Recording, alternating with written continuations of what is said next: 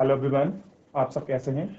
मैं उम्मीद करता हूं कि बहुत अच्छे होंगे और अपनी पढ़ाई को बहुत अच्छे से कर रहे होंगे। मैं Aakash Kumar Bhadana ICT virtual classroom में आपका बहुत बहुत स्वागत करता हूं मेरे प्यारे बच्चों। जैसे आपको पता है कि हमारी 7th क्लास है और 7th क्लास में हम लोग देखते हैं सामाजिक एवं राजनीतिक जीवन, जो हमारी पुस्तक है सेकंड, उसी में हम लोग आपका बात कर रहे थे। और इसी में जो है मेरे प्यारे बच्चों, हम लोगों ने जो हमारा लेक्चर था समानता, इसको हम लोग आपका देख रहे थे। क्लियर है? लेसन नंबर 1 है और इसी पर हम लोग जो है एक एक करके गौर भी कर रहे थे और इस चैप्टर को हम लोग आपका पढ़ रहे थे। अभी देखिए, इस लेक्चर के अंतर्गत हमने जो शुरू किया था, हम इसमें आपका देख रहे थे कि आपका किस प्रकार से आपका भारतीय लोकतंत्र में आपका समानता है। क्लियर है? ऐसी है कि जो आपका भारतीय लोकतंत्र है उसमें क्या है, आपका समानता है, उसको हम लोग आपका देख रहे थे और इस पर जो था हम लोग आपका बात भी कर रहे थे। क्लियर है मेरे प्यारे बच्चों? तो इन सभी को हम लोग आपका देख चुके हैं और इन सभी पर हम लोग आपका गौर करके अच्छे से अपनी बात भी जो है कर चुके हैं। ठीक, आइए तो इसी पर हम लोग आगे चलते हैं और देखते हैं। सबसे पहले देखिए, ये हमारी पार्लियामेंट है, भारतीय संसद का एक चित्र जो है मैं आपके सामने दे रहा हूं और आप इसे भारतीय संसद को जो है आप सामने से देख सकते हैं, इस पर जो है बात कर सकते हैं। ठीक है, देख लिया। हमने मिड डे मील के विषय में बता कि मध्यांतर भोजन ने कैसे बच्चों की अटेंडेंस में आपका बेनिफिट मिला है और कैसे कोर्ट ने इसको कहा है कि सभी राज्यों को अब इसको लागू करना है, और कैसे हम देख रहे थे कि ओम प्रकाश वाल्मीकि के साथ किस प्रकार से भेदभाव किया जाता है, जो हमारे दलित हैं, महिला हैं और पिछड़े जो अन्य वर्ग और जो आपके समूह हैं, उन सभी को जो हमने जो है आपका गौर किया है। ठीक, आज हम जो है हम इसमें बात करेंगे। सबसे पहले देखना है अन्य लोकतंत्रों में समानता के मुद्दे। क्या देखना है? जो अन्य लोकतंत्र है उसमें आपका समानता का क्या मुद्दा है, उसी पर हम लोग आपका बात करेंगे और एक एक करके विचार करेंगे। तो सबसे पहले मेरी ये क्वेरी है मेरे प्यारे बच्चों, आपका अगर कुछ भी डाउट है, कोई भी आपकी क्वेरी है, कोई भी चीज आपको समझ नहीं आती है, तो आप मुझसे लाइव जुड़कर चैट के माध्यम से अपनी क्वेरी को, अपने प्रश्न को, अपने डाउट को आप मुझसे पूछ सकते हैं मेरे प्यारे बच्चों। क्लियर है? चलिए ध्यान देते हैं। इतना आपको याद है?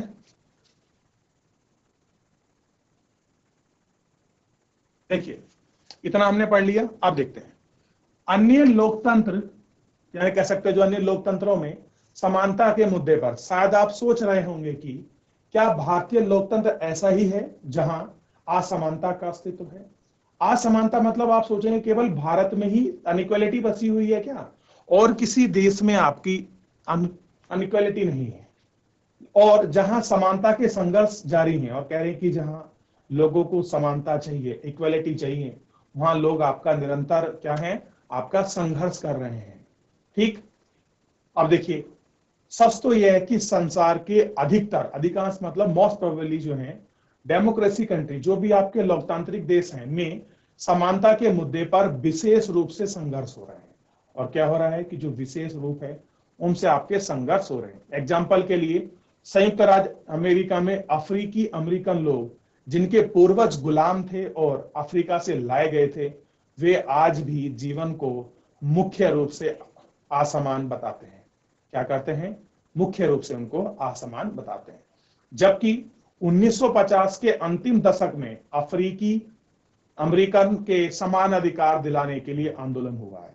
अब देखिए, ये पूरा कंडीशन दिखा रहा है आपको वर्ल्ड लेवल का, कि ऐसा नहीं है केवल भारत में ही अपने चीजों को लेकर आपके संघर्ष हो रहा है, उन चीजों को लेकर अपनी सारी चीजें आपके करी जा रही हैं। नहीं, ऐसी कंडीशन आप देख सकते हैं यूएस में भी हुई है। जो अफ्रीकी अमेरिकन है, उनके पूर्वज आपके स्लेव रहे हैं, गुलाम रहे हैं, और 1950 के दौर में भी ये चीजें हमको देखने के लिए जो है आपका मिल गई थी।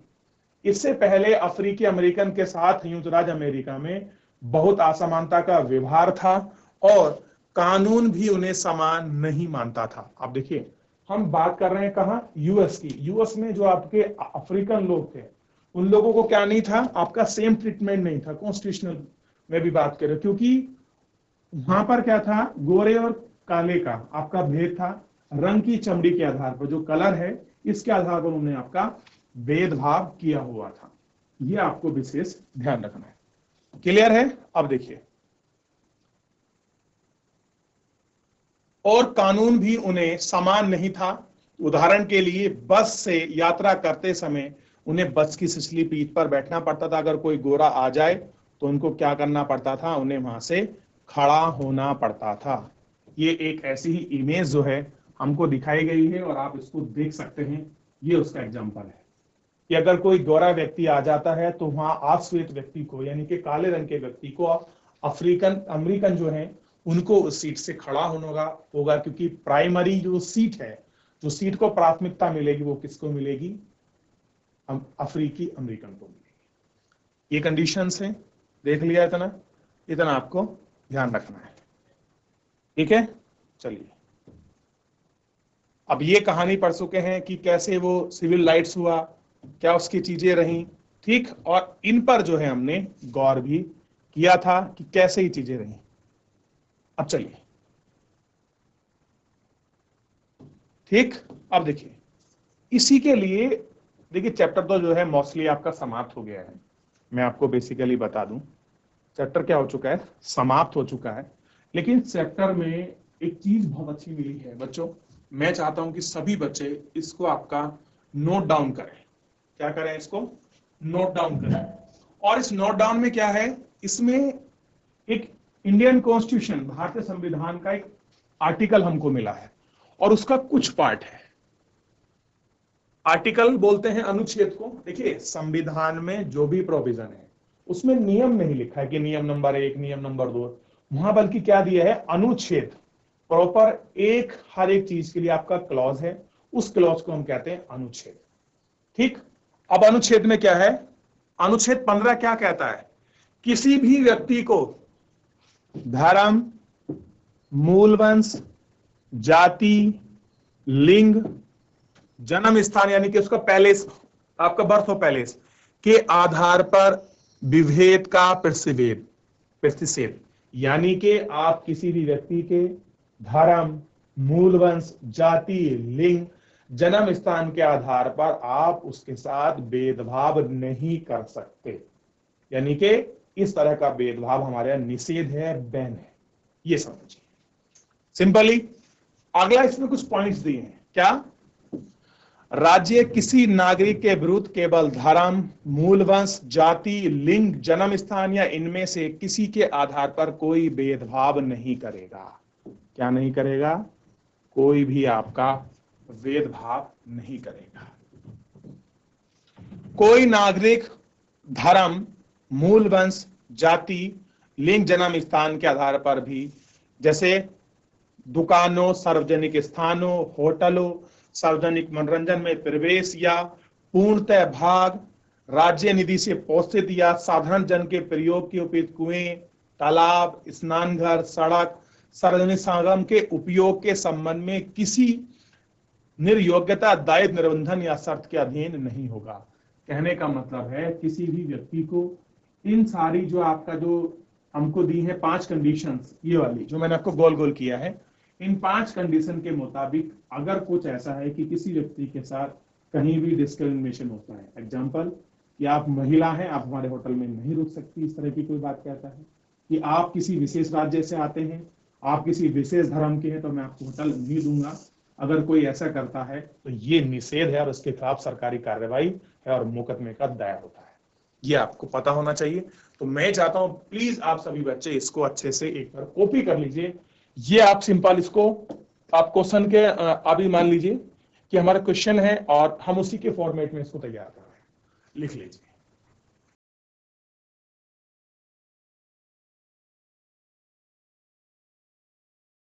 आगे चलें, आगे बढ़ें। बहुत अच्छे, चलिए इतना हम लोग इसमें देख चुके हैं। अब थोड़ा सा हम लोग आगे देखते हैं लोकतंत्र की चुनौतियां। क्या बात कर रहे हैं कि हमारे लोकतंत्र में कैसे चैलेंजेस हैं, इन चैलेंजेस को हमको आपका देखना है। और ये मान लीजिए ये सबसे बड़ा इसके अंदर टॉपिक है, क्योंकि जब तक हमको ये नहीं पता लगेगा कि हमारी डेमोक्रेसी में चैलेंजेस क्या हैं तो हम उनको फेस कैसे करेंगे। ये हमको पता होना चाहिए। ठीक है, क्लियर है? चलिए देखते हैं कि क्या चैलेंजेस हैं, क्या चीजें हैं। किसी भी देश को पूरी तरह से लोकतांत्रिक नहीं कहा जा सकता। आप पढ़ चुके हैं कि कोई भी आप देश को क्या नहीं बोलते हैं कि वो टोटली क्या नहीं हो सकता, डेमोक्रेसी नहीं हो सकता। हमेशा साथ ही समुदाय और व्यक्ति होते हैं। नए लोकतंत्र के अर्थ होते हैं। अधिक से अधिक समानता लाने के लिए नए नए सवाल उठते हैं। इसकी केंद्र में वह संघर्ष है जो सब व्यक्ति को समानता सम्मान दिलाने का पक्षधर है। क्या करना है? सबको समानता और सबको सम्मान दिलाना है। किसके लिए? जितने भी व्यक्ति हैं सबको आपका। ठीक है, इस पुस्तक में आप पढ़ेंगे कि किस तरह समानता का प्रश्न भारतीय लोकतंत्र में हमारे दैनिक जीवन के विभिन्न पहलुओं को प्रभावित करता है। इन पाठों को पढ़ते हुए विचार किया, क्या सब व्यक्तियों की समानता और उनके आत्मसम्मान को ऊंचाई पर रखने की भावना को स्वीकार कर रहा है या नहीं? क्या कर रहा है? उन सब चीजों की जो भावना है उनको स्वीकार कर रहा है कि नहीं कर रहा है, ये हमको आपका देखना है। ठीक है, अब इसके कुछ क्वेश्चंस हैं, ये आपको पता होने चाहिए। ठीक है, तो एक बार हम क्वेश्चन चलने से पहले कुछ भी चैप्टर में आपका डाउट है तो आप मुझसे पूछ सकते हैं। कुछ नोट करना है, नोट कर लीजिए। मैं आपको 30 सेकंड का समय देता हूं, आप जब तक कॉपी कर सकते हैं आप मुझसे पूछ सकते हैं, कोई भी बच्चा।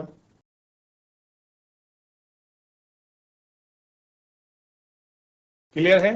तो अभी जो है फिलहाल हम लोग आपका इसके पहले क्वेश्चन पर जो है आपका बात करने वाले हैं, और इस पहले क्वेश्चन को हम लोग देखने वाले हैं कि लोकतंत्र में सार्वभौमिक वयस्क मताधिकार क्यों महत्वपूर्ण है। देखिए, जब आप ये क्वेश्चन कर लेंगे ना बच्चों, उसके बाद ना मैं आपको, जब ये सारा कंप्लीट हो जाएगा तो उसके बाद कुछ मेरे पास ऐसे कुछ 10-15 वाक्य वन लाइनर हैं जिनको मैं, आप समझ लेंगे, आप अगर चैप्टर को ना भी पढ़ें, अगर आप उन वन लाइनर को पढ़ लेंगे तो पूरा चैप्टर आपका कंप्लीट हो जाएगा।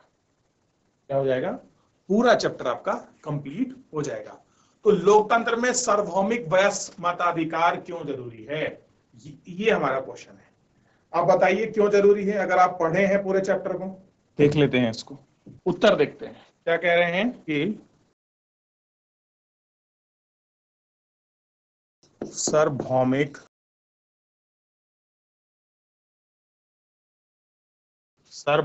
वयस्क मताधिकार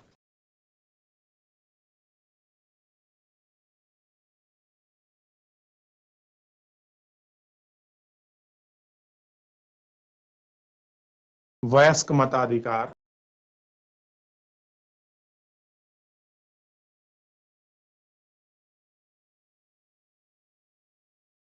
महत्वपूर्ण है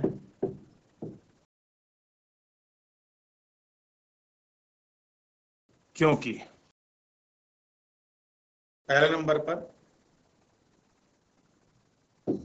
यह है राजनैतिक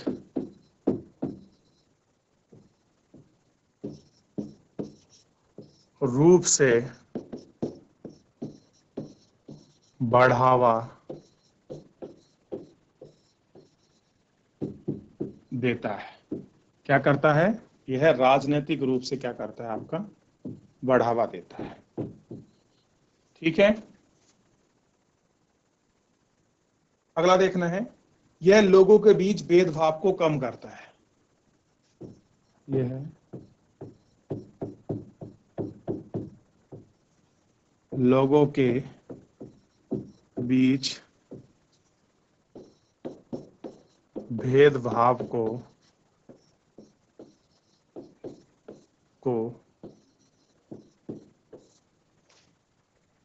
कम करता है।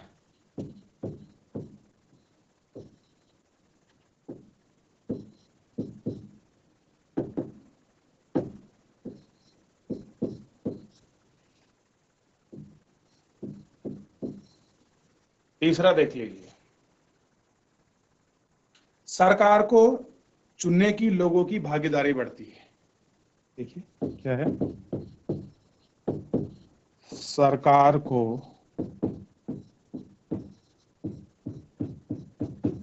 चुनने से लोगों की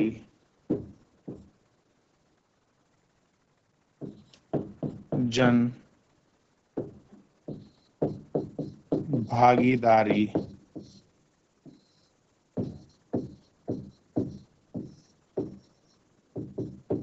बढ़ती है।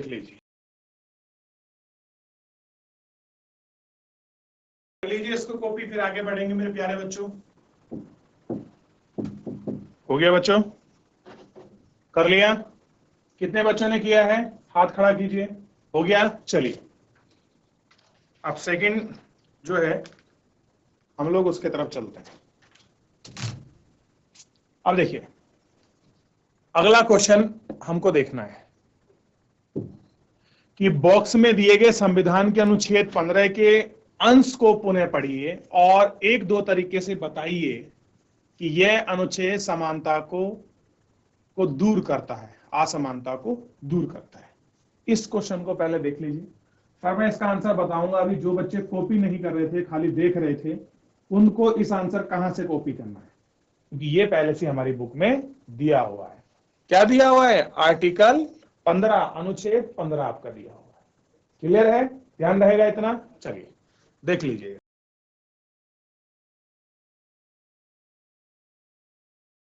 अब देखिए, अब मैं इसका आपको आंसर दिखाता हूं। अब ये जो हमारा आपका क्वेश्चन है, इसका ये पूरा आंसर है। अब ये आपका पूरा इसको जो है, इसको पूरा आपको कॉपी करना है। एक एक लाइन को जिस तरह से लिखा है आप इसको कॉपी करिए, क्योंकि सेकंड क्वेश्चन का आंसर जो है आर्टिकल 15 को एक्सप्लेनेशन है और यही इसका आंसर है।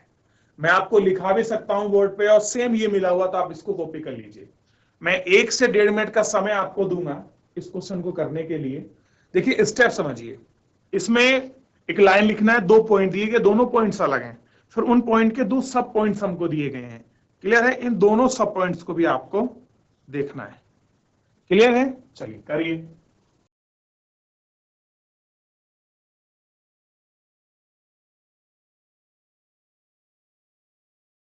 लास्ट कितने बच्चों ने कर लिया है? हाथ खड़ा कीजिए ताकि मुझे पता चल जाए। चलिए, तो मैं उम्मीद करता हूं कि आप मेरे प्यारे बच्चों ने जो है सभी ने इसको बहुत अच्छे से आपका कंप्लीट कर लिया। 2 क्वेश्चन जो है हमारे इसमें हो चुके हैं। अब देखिए, अब जो है कुछ अब आपको होमवर्क कुछ आपको भी मिलना है। अब आप इस होमवर्क को स्वयं करेंगे। अब होमवर्क थोड़ा सा आप देख लीजिए। होमवर्क है, ओम प्रकाश वाल्मीकि का अनुभव अंसारी दंपत्ति के अनुभव से किस तरह अलग है, ये आपको बताना है। और ये क्वेश्चन मैं आपका इसका आंसर नहीं दूंगा, और दूंगा अभी तो आपको कल दूंगा। तो आज कोशिश करिए आप लोग कि क्वेश्चन नंबर 4, क्वेश्चन नंबर 5, ध्यान दीजिए, क्वेश्चन नंबर 4 और क्वेश्चन नंबर 5 इनको देखें।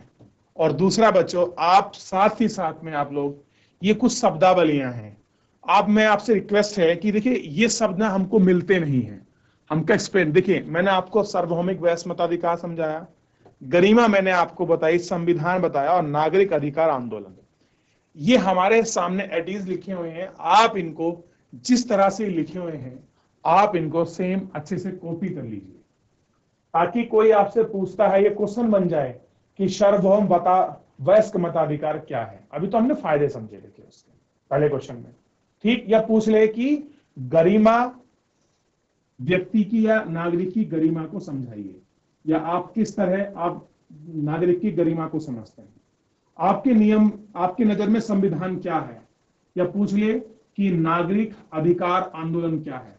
तो ये जो आपको मिला है आप इनको क्वेश्चन की तरह ट्रीटमेंट कीजिए, ठीक है।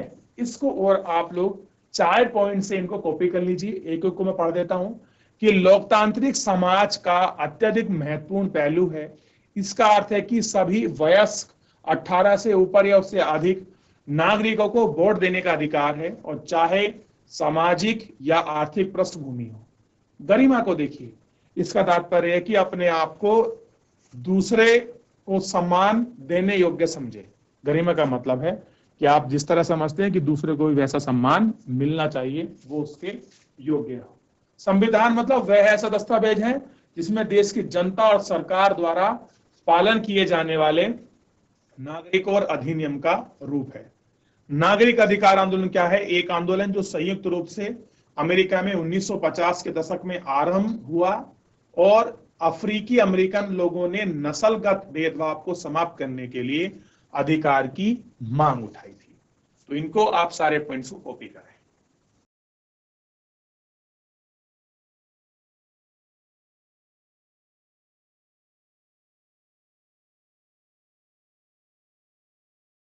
हो गया बच्चों कॉपी आपका? चलिए, धन्यवाद आपका, आपने कॉपी कर लिया।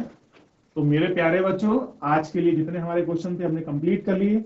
मिलते हैं हम लोग नेक्स्ट क्वेश्चन में और बात करेंगे आपका कल अपने क्वेश्चन आंसर की। तो आप लोग रिवीजन करिए, पढ़ के आइए और क्वेश्चन को करिए। तो बच्चों, आज के लिए फिलहाल इतना ही। मिलते हैं नेक्स्ट लेक्चर में। धन्यवाद।